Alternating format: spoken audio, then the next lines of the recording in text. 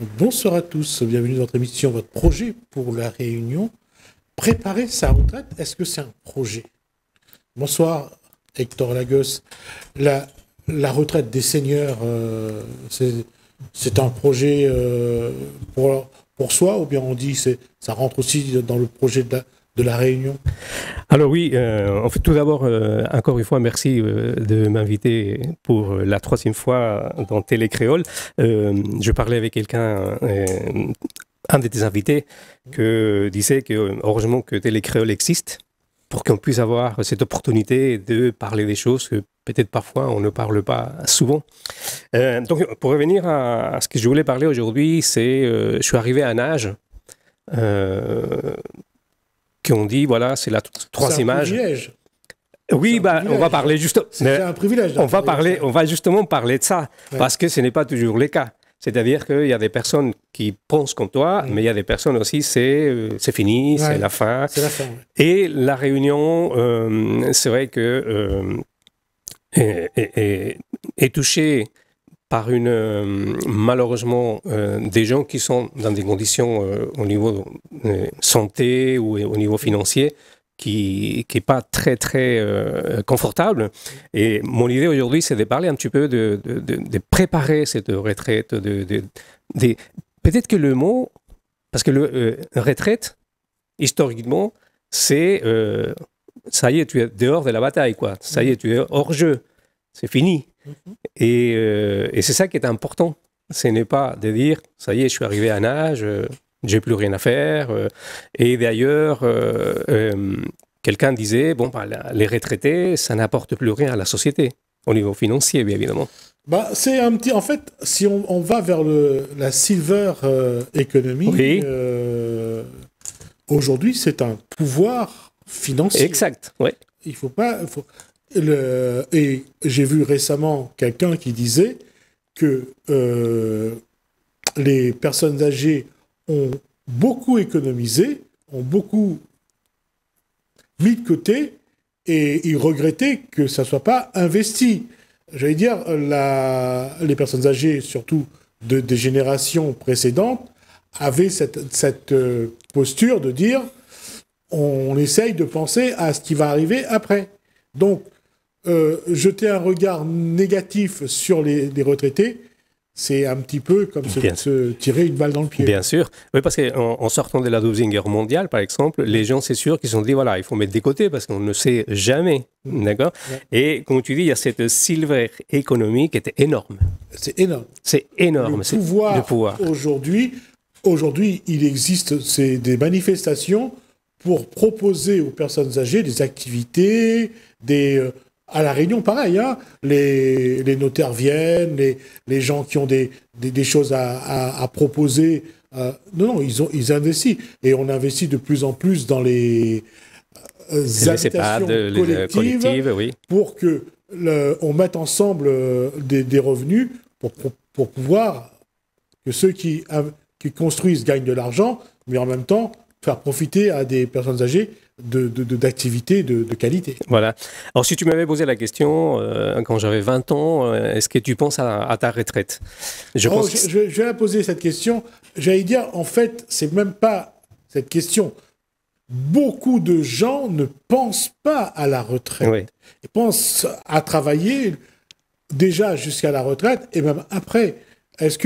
Combien d'entre nous, à 20 ans surtout, pensent qu'on va, dans 40 ans, on va partir à la retraite? C'est pas... Oui. Et pourtant, je pense que on devrait éduquer les personnes parce que comment on arrive à la retraite? C'est-à-dire qu'on pense que la retraite, c'est soit c'est fini, soit c'est je vais pouvoir me reposer, je vais pouvoir faire ce que j'ai envie de faire. Mais si on arrive en mauvaise santé, si financièrement on n'a pas été préparé, on va arriver à la retraite, mais vraiment d'une manière... Ça va être encore la galère. Ça va être encore la galère. C'est pour ça que c'est important de... Alors, moi, personnellement, si j'en parle, c'est parce que, effectivement, je n'ai pas préparé ma retraite. Il y a des choses que je vois aujourd'hui que je me dis, bah, j'aurais dû le faire. Alors, qu'est-ce que je fais? Au lieu de me plaindre, ce que je fais, bah, je vais essayer de partager. C'est pour ça que je reviens à ce fameux club des optimistes NEP 74 que nous avons et où je prépare des podcasts pour justement parler de tous ces sujets. Tu viens de citer, donc, dans les communes, il y a énormément de choses qui se font. Hein. J'ai pu aller du côté des Brapanons pour filmer des gens qui sont à la retraite pour participer à un atelier de cuisine avec le chef Claude Frémy. Et partout, il y a énormément d'activités.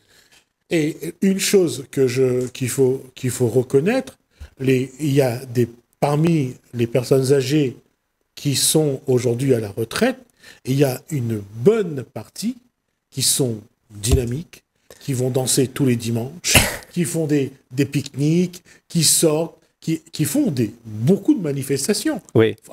Attention, il y a une partie où les gens sont malades, et il y a une partie où les gens n'ont pas les moyens, mais il y a une partie où il y a des gens qui ont même mis de côté et qui aujourd'hui profitent de la retraite.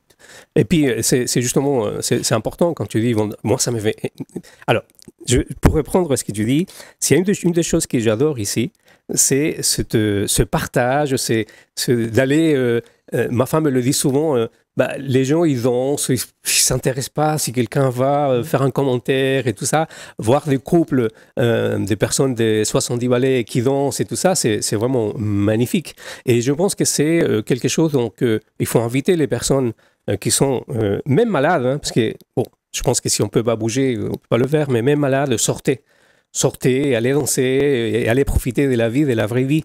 Parce que la solitude, les conditions peut-être parfois qui ne sont pas favorables, ça va encore empirer, quoi. Ça, c'est un élément aujourd'hui à La Réunion comme bien ailleurs. C'est l'isolement des personnes âgées. Leur isolement, leur solitude. Et surtout, quand ils sont malades, qu'ils n'ont pas les moyens, ils restent enfermés. Et parfois, j'allais dire, c'est un petit peu... Il y a des maisons qui sont un petit peu comme des mouroirs. Les gens attendent la fin parce que pour eux, il n'y a plus rien d'exaltant sur cette terre. Et pourtant, il faut dire que ici à La Réunion, il y a beaucoup des personnes qui ont un vécu, mais quand tu commences à les écouter, mais c'est des bibliothèques, c'est vraiment des gens qui font... C'est des bibliothèques. C'est des bibliothèques, c'est des gens qu'il faut vraiment s'intéresser parce qu'ils sont un savoir. Et donc, il y a des personnes qui vont s'exprimer, puis il y a des personnes qui vont peut-être pas le faire parce que peut-être qu'ils n'ont pas confiance en eux. Peut-être disent, moi j'ai vécu, mais... C'est une question d'habitude aussi. Là, il y a des gens qui n'ont pas eu l'opportunité de s'exprimer. Et toute leur vie, ils sont contentés de faire le job et d'être là pour assurer. Et sinon, on ne leur a pas demandé leur avis. Oui. Et c'est peut-être, justement, s'il y a des personnes qui sont à la retraite et qui nous écoutent, justement, c'est le moment d'y aller. Peut-être que vous ne l'avez jamais fait, mais allez-y, sortez, allez parler avec le voisin, avec les CCAS, je ne sais pas, tous ces organismes qu'il y a. Ouais. Mais il faut c'est mélanger, il faut partager. Et parce qu'il n'y a que comme ça qu'on va donner du goût à la vie. Parce que c'est ça qui est important aussi. On arrive à la retraite et tout change en fait. Hein, parce qu'on a des habitudes. Il y a même des couples qui divorcent. Oui. Parce que le mari ou la femme ou le mari travaillait toute la journée et ils sont à la retraite. Oui, c'est aussi un élément. D'ailleurs, il y a dans des couples, ils le disent. Maintenant qu'il va être à la retraite, il faut qu'on trouve un moyen. On n'a pas été habitué à passer 24 heures sur 24 ensemble. Ils rentraient, ils mangeaient, voilà. Télé, ils se couchaient, on vivait ensemble, mais chacun de son côté. Voilà. Là, il va falloir vivre ensemble. Ouais, donc ça change. Ouais, et c'est pas évident. Hein, c'est pas évident, mais oui, c'est pas évident. Parce qu'on n'a pas été préparé, je pense. On s'est pas préparé. On s'est pas préparé. Et c'est ce que me disait un jour quelqu'un. Il me dit, je pars à la retraite. Je lui dis, ah bon? Je lui dis, et tu l'as préparé? Il me fait non. Je lui dis, mais ça va être une catastrophe pour toi. Dans quelques temps, tu vas avoir l'impression que tu es mort. Il me dit, ah bon, tu verras. Et effectivement, pendant 40, 50 ans, il sort de chez lui. Il va travailler. Il est dans un embouteillage. Il a une vie sociale. D'un coup, cette vie sociale, elle disparaît. Il n'y a plus personne qui l'appelle. Il n'a plus de copains. Il ne va plus manger avec eux entre midi et 2. À un moment donné, on se lève le matin, on est à la maison. Le soir, on se couche, on est à la maison. Et le lendemain, on est toujours à la maison. À un moment donné, ça... Si le dimanche soir, on va acheter la baguette et puis le journal. Même pas. Même pas. Même pas. Je veux dire qu'à un moment, il ne fait... tout ce qu'il a porté pendant toutes ces années professionnelles, ben, ça a disparu. Ouais. Et il n'est plus rien. À ses yeux, il n'existe plus. Donc là, tu viens de dire le mot, la phrase de ton copain, je pars à la retraite. Je pars. Et est-ce que si on changeait, parce que toi qui aimes les neurosciences, hein, les mots, oui, ça, tout à fait. C'est son poids. Voilà. Hein? Et parce que si lui, il t'avait dit, ça y est, je pars pour une deuxième vie, ça y est, je vais pouvoir voyager, je vais pouvoir aller danser, ça change tout. Il a dit, je pars à la retraite. Ouais, ben il a fini de travailler. Il sort du cadre. Il sort de l'écran, du radar. Oui. Et là, il se retrouve tout seul. Oui. C'est pour ça que c'est important si on commençait à... Alors, il faut pas... C'est pas non plus qu'il faut retirer complètement le mot retraite, mais si on avait en tête, parce que les mots font les pensées font les actions, etc. Donc si on partait, comme je disais, mais écoute, dans deux... Parce que là, quand on dit, mais dans 2 ans, je pars à la retraite, c'est... C'est pas... En fait, pour être honnête, c'est pas le mot retraite qui pose un problème. Non, c'est que l'individu qui a une vie sociale et professionnelle ne l'a pas développée. Il ne sort pas de temps en temps, il n'est pas inscrit à un club de randonnée, de vélo, de pétanque et de danse. Il ne fait rien. Il sort du travail, il rentre chez lui. Ben, il n'y a que ça comme activité. Oui. Mais lorsque l'activité principale disparaît, il n'y a plus d'activité. Mais si c'est quelqu'un qui va se balader de temps en temps, qui va pique-niquer de temps en temps, qui va à la bibliothèque, qui va au cinéma, qui est autour de son activité à d'autres activités, la fin de son activité professionnelle... Il va pouvoir les multiplier. Il va pouvoir multiplier. Et il est dans la bonne démarche. Voilà. Et c'est pour ça que certains qui n'ont pas d'activité pendant leur activité professionnelle, quand ils s'arrêtent, ils ont l'impression de ne plus exister. Il n'y a plus de copains, il n'y a plus de relations humaines, il n'y a plus de relations sociales, il n'y a plus rien. Plus rien. On est à la retraite. Vraiment, on a battu en retraite. Oui. Là, ce matin, quand je préparais un petit peu aujourd'hui, là, et il y avait la fenêtre de mon bureau qui était pleine ouverte, là, et je suis tombé sur une phrase de Marshall Rosenberg, qui est un des fondateurs de la communication non violente, et qui a dit une phrase qui a dit « Les mots, ce sont des fenêtres, ou ce sont des murs. » Oui, effectivement. C'est à chaque fois la même chose. Hein. Oui. On dit par exemple à l'individu, on vous lance des pierres. Vous avez 2 possibilités. Soit vous faites un pont, soit vous faites un mur. Voilà, c'est ça. C'est exactement la même chose. Voilà.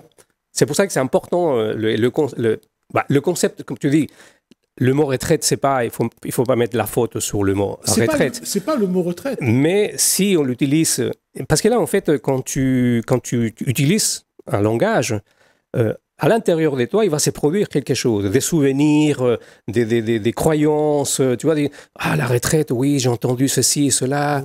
Ça va jouer forcément dans le mental de la personne et dans l'esprit. Hein, et ça va lui peut-être l'empêcher d'avoir ses fenêtres ouvertes et pouvoir se développer. C'est un petit peu comme nous. Je veux dire, on a une information qui arrive à la télé ou sur le smartphone ou sur l'écran de l'ordinateur. Ça dépend comment on va le prendre. Exact, ouais. Est-ce que on va se poser la question, est-ce que c'est vrai? Est-ce que c'est pas une manipulation? Est-ce que c'est... À ce moment-là, on prendra le temps de voir ce que c'est, d'attendre d'avoir d'autres informations pour savoir si on doit croire ou pas. Mais il y a l'individu qui croit tout de suite que c'est vrai, que c'est la parole d'évangile.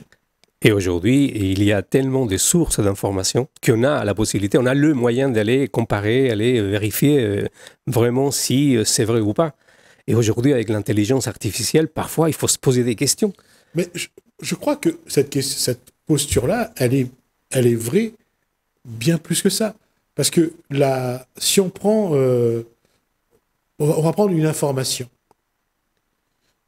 À l'époque, et je reviens toujours à ça, parce que c'est une information qui m'a marqué, le décès de Thierry Le Luron en France. Quand la presse annonce son décès, il est mort officiellement, la presse dit qu'il est mort d'un cancer de la gorge. J'ai pas... ça m'a fait tilt, mais j'ai pas... Et 30 ans plus tard, on apprend une autre cause de sa mort. Il est mort du sida. Il était, il avait eu entre autres une relation avec le danseur de Dalida. Ah oui, d'accord, oui. D'accord? Mais aujourd'hui, encore, il y a des choses qui sortent, on sait que c'est pas vrai. Cette fois-ci, on sait que c'est pas vrai. Que ça a été... Mais on ne va pas... Il y a un joueur de rugby, c'est un joueur qui était en équipe de France. Il est très connu. Il a vraiment... Et un jour, il est tombé dans le toit. On dit qu'il est tombé dans le toit. On a compris qu'il n'est pas tombé du toit, qu'il a sauté, qu'il s'est suicidé. Ah oui.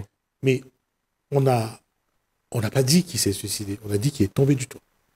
Vous voyez, c'est pour ça qu'avec le temps, on apprend à comprendre comment il y a des choses on dit, il y a des choses qu'on ne dira pas parce qu'on essaye de protéger.